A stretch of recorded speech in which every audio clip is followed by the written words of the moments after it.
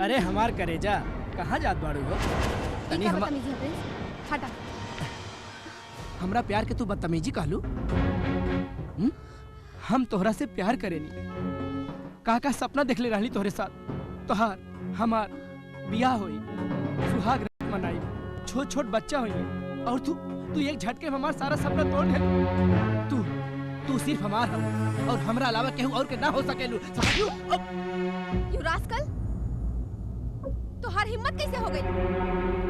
अगर आगे से ऐसे बदतमीजी कई लेना तो तोरा के थप्पड़ ना मारे, सीधा नरेटिव फोड़ दे।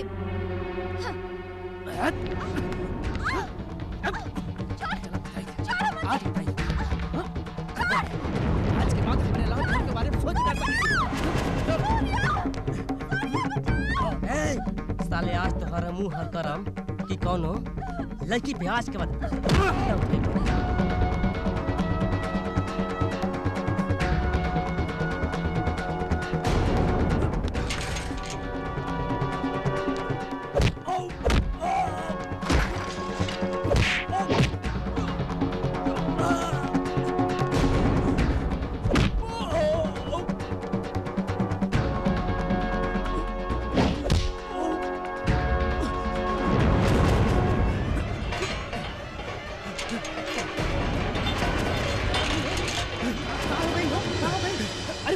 सारे के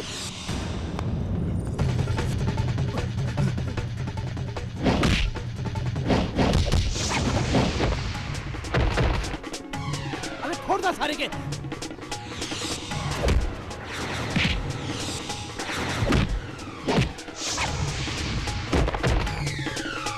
अरे जा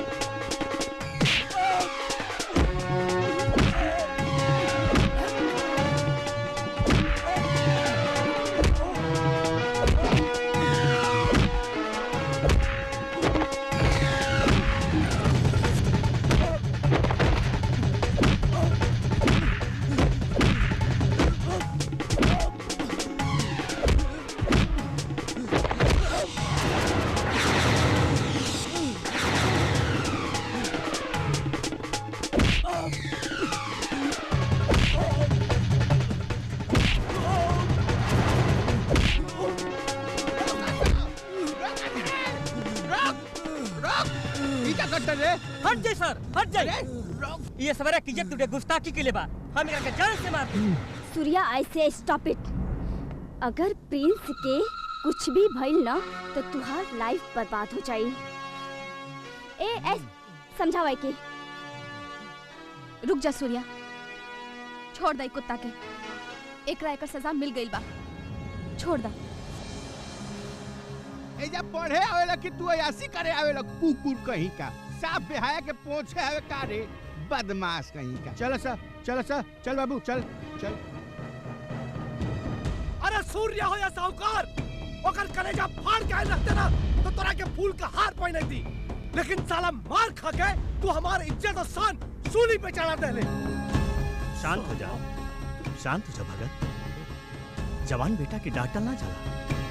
गरम खून बा, ए उम्र में तुम्हार पे छोटे करे।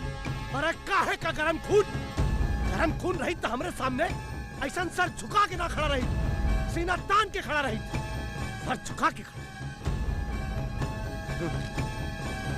बाप का बदला बेटा लेला, लेकिन आज बेटा का बदला बाप ली।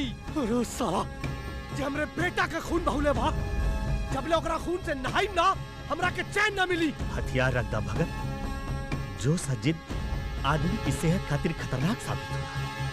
तू डान की कुर्सी पर ना, एमएलए की कुर्सी पर बैठा बा। कीड़ा मकोड़ा के मारे खातिर पावर पोजीशन के इस्तेमाल ना कर जाला। ओकरा खातिर बाड़े बाबा